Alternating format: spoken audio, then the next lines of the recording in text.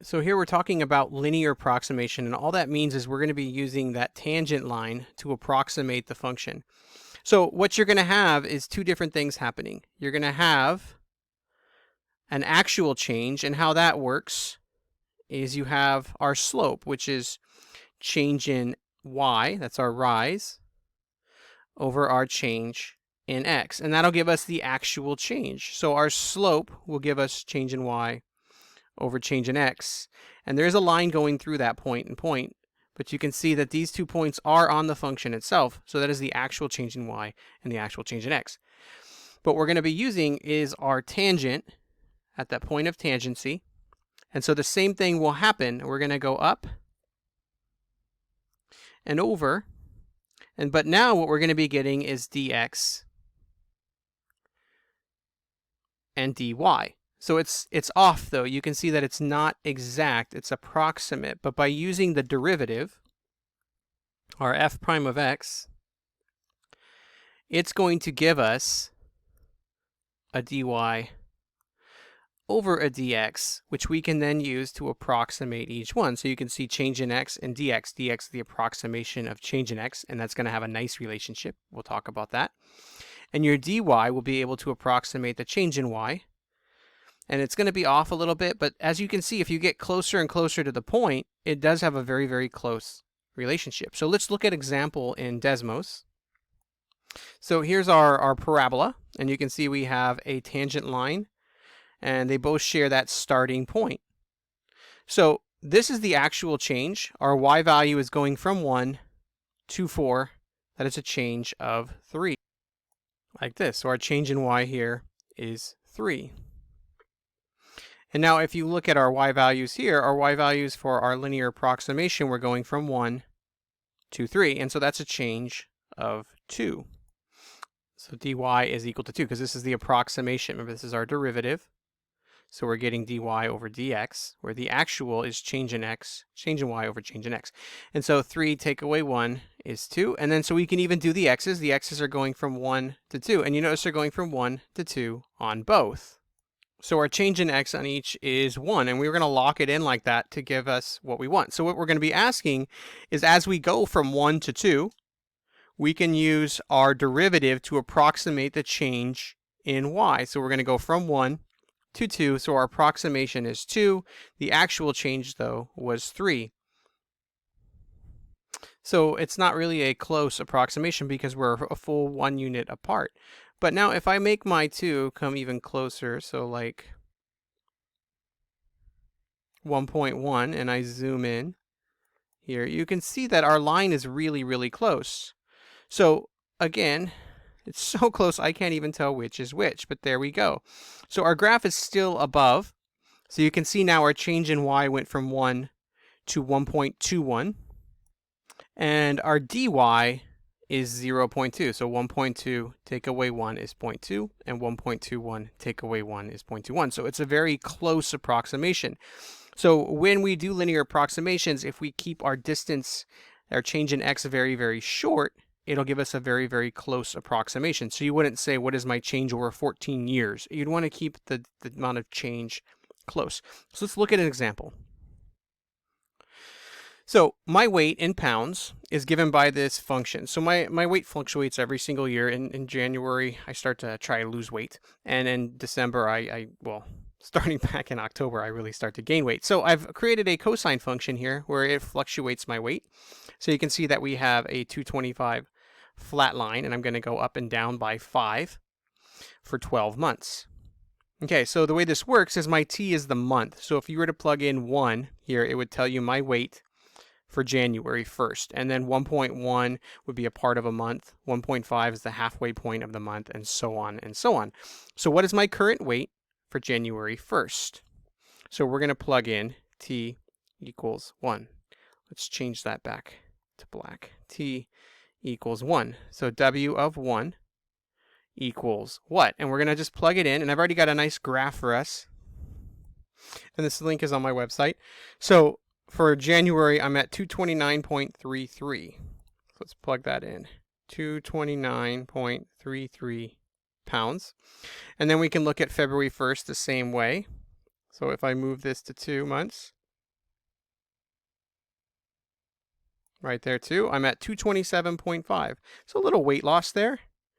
So W at 2 is 2, I already forgot it. We got to go back. 227.5 pounds. So you can see that I've lost some weight. So what is my change in weight from January 1st to February 1st? So this is an actual change. So if we take my W of 2, subtract my W of 1, that is my change in Y, right? My change in W. That's what we're looking for here. So if we subtract those, 227.5, and I have to put the 227.5 first because we're looking at a change. And so we want to have those negatives to show that we are decreasing in weight. So 227.5, 229.33 means in the month of January, I lost 1.833 pounds. So negative 1.833.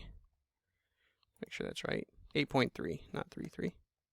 3 pounds. And obviously I think that's repeating. So here we go. Find W prime, and then what are the units? So now what we're going to do is an actual approximation of it. So W prime would be taking the derivative of this function. So 225 becomes 0. Negative 5 sine, because the opposite for the derivative of cosine is going to be negative sine. And then this is a chain rule, so we leave that alone, and then we multiply it by pi over 6, which would be the derivative of the inside. And so this becomes negative 5 pi over 6 sine of pi over 6t. And whenever we do this, we want units. So again, this is dw over dt. And if we go back up here, W is in pounds. T is in months. Right? T is the month. So that means it's a month change when we go from 1 to 2. And so this would become pounds per month. So whatever I get for my answer by plugging it in here, it'll tell me my pounds per month change. So what is the approximate rate of change in weight on January 1st?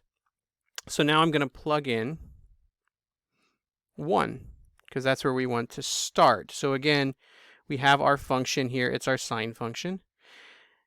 And we're plugging in a point. And that's going to give us the slope of our tangent, which is our dy over dx. And we can use that for an approximation. So plugging it in, then we can put some units on it, and it'll make complete sense.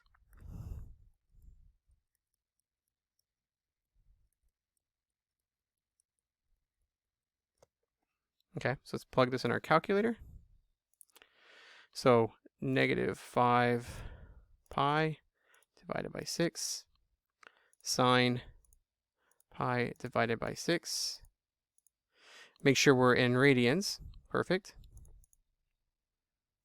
Hit enter, and it says negative 1.309. We're going to put that in because I want the extra. And then we tack the units on it, pounds per month. So what does that mean? It means from January 1st, on January 1st, I am expected to lose 1.309 pounds per month. So if you know that I'm going to lose 1.309 pounds per month, what would you expect my change in weight to be for the next month? So if today was January 1st, what would you expect it to be? Exactly. You would expect me to do 1.309 pounds for that next month, because that's what it's saying. And so what you just found was the dw. This is what we're using for linear approximation. On each of these, when you see the dw, dy over dx, what it's giving you are two different units. So this is negative 1.309 pounds over 1 month. I don't know what BS is. I forgot the LBS. There we go. So what we're saying is if you set your change in x to 1 month, then what it's asking you to find is the dy right there, 1.3. And so this is what we're going to be using for linear approximation. So my actual change was negative 1.83 pounds. The derivative says I should have lost 1.309. Let's see why they're different, because that is a big jump. That's why. So here we go. If I move it across, you can see it. So you can see it's a steeper slope. Steeper slope means I'm losing more weight. So as the month goes by, my weight loss increases. And then what's it going to do? My weight loss starts to slow down.